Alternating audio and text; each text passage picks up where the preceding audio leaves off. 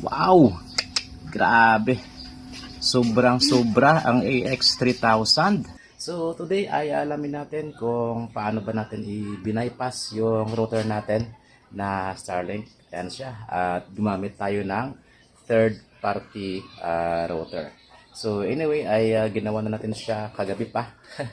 Kasi nga para mapadali yung ating trabaho. Pero yung router na ginamit natin dito ay ito. Yan! Pangmalakasan mga ka-IT.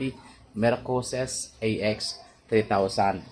So, check nyo lang to, no? Maganda yung router na to. Maganda ang kanyang specs. So, Wi-Fi 6 na ito. Minimize buffering and lag. So, marami magagandang features. Kita dito sa likod ng kanyang box. And anyway, ay na-install na natin. Na-connect na natin yung ating router. So, ito na siya. Yan. So, na-bypass ko na pala yung settings ng ating Starlink. So, kung paano siya i-bypass. So, dapat meron muna kayong Ethernet adapter, no? Kasi, i-connect natin yan. Ito. I-connect natin yan. Papunta sa ating third party router. So, ito siya. Yung Ethernet adapter natin. So, papunta yan, no? Ito yung yellow na to. Dito sa ating router. Third party router yung ating Mercosys AX3000. So madali lang naman kasi dyan sa settings, no, ng app ninyo, Starlink app, punta lang kayo sa settings and then makikita nyo dyan, no, yung bypass router. So sa akin wala na kasi ginawa ko na siya. So ito lang siya mga ka-IT, yung kanyang connection. So yung iba naman ay gumagamit ng repeater. So mas maganda yung mayroong Ethernet adapter. Yan. Para makagamit tayo ng ibang third party router na gusto natin dyan. At ito. So pangmalakasan na yung ating recommend sa ating client dito. Alright, so una gagawin natin mga ka-IT ay mag-speed test tayo dito sa app natin sa Starlink. And then mag-speed test tayo na connected tayo dito sa ating Mercosys AX3000. So tingnan natin kung mayroon niya bang magkakaiba yung speed test result. Okay, so mga ka-IT, ito yung ating laptop na connected dyan dito sa ating Mercosys AX3000. Tapos ito naman yung ating app sa ating cellphone. So nakalink yan sa ating Starlink account. Kaya yan, makikita natin online ang ating device at dito makakapag-speed test rin tayo. So unahin natin speed test dito sa ating app. So yan ang ating dalawang router. So, maingay yung shih tzu nila dito. Alright, so yan ang ating speed test. Yan, sa ating Starlink app. Okay, so 97 Mbps. Okay, so tabi natin. Kasi tingnan natin yung ating connection. So 97/15.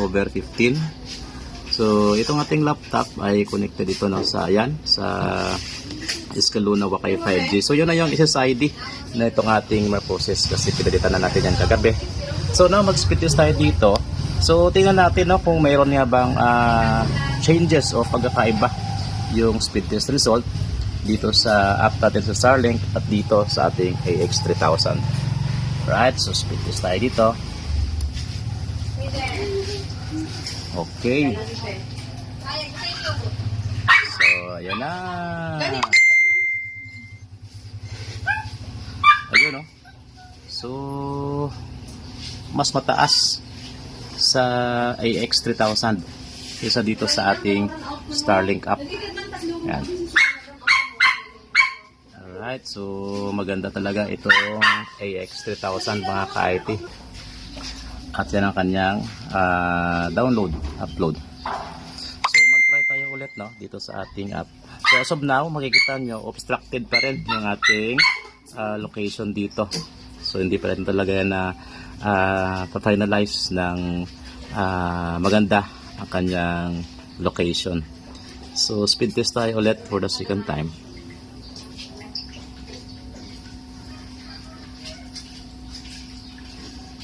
Ay ako, anong yan?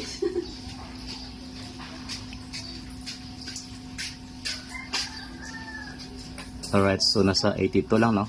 Saka ang kanyang upload na sa 20, 22, 23.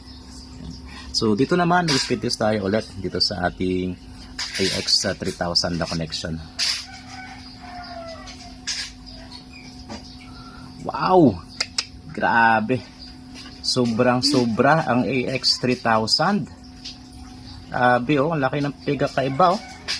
So, nasa 160 plus na. While dito sa ating Starlink Up 82 Mbps.